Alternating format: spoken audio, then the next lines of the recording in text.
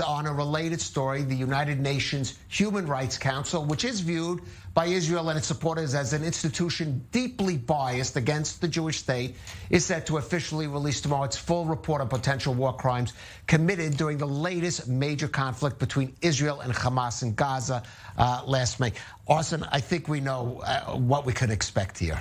Yeah, look, I mean, you don't have to be Nostradamus here. You know, there are two things, certainly life, death, and taxes. We can add a third, that Israel will always be found guilty before the United Nations. And we knew this from the very beginning, from the very fact that when this resolution mandating this commission was created, it did not even mention Hamas, not even once. And this commission was created in the wake of Hamas firing some almost 4,500 rockets at us. And if there was ever any doubt about where this commission was heading, or the fact that this inquiry was anything but predetermined, their decision to appoint Navi Pillay, a woman who has a long-standing visceral hostility and bias against Israel, a woman who has already charged as guilty of war crimes, crimes against humanity, apartheid, and violation of international law arising out of the very investigation that she's meant to adjudicate in. We know from the very beginning how this will end, and we know that they found guilty before the ink was even dry on this resolution. Right. I do want to broaden this out a bit because the Biden administration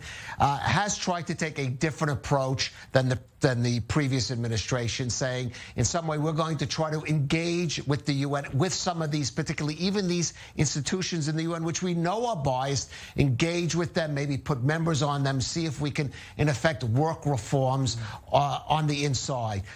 How do you think this report, or the release of this report, plays into that argument, let's say, that's been made, or the discussion about that? Look, I mean, I think despite however well-intentioned the administration's goals may have been, I think this ought to once and for all put an end to the charade that it is possible in any way to move the Human Rights Council for good. It's the same Human Rights Council that counts Venezuela, China, and Cuba as its members. The same council that has condemned Israel almost more times than the whole world put together, where Israel is the only country that is a standalone item on the agenda of the council. So I think this body is something that is truly irredeemable, unfortunately. It is rooted in a pathological obsession with Israel, and to the core is a cesspool of, I think, hatred and discrimination against the Jewish state. All right, and just briefly, will your group, others, expected to make some kind of response to what's going to be released? Correct. I mean, the report itself was released a few days ago, and tomorrow the UN Human Rights Council in Geneva, they will formally launch it with a big event, the opening session. Our organisation, the International Legal Forum, put out a major report with a coalition of 25 organisations around the world, exposing Navi Pillay specifically for her bias, the fact that her lack of impartiality goes against the very core of the UN's own requirements and guidelines for impartiality and objectivity.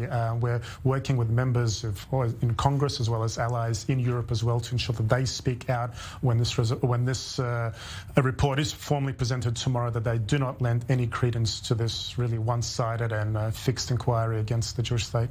All right, Arsen Ostrovsky of the International Legal Forum, thank you for joining us on The Rundown.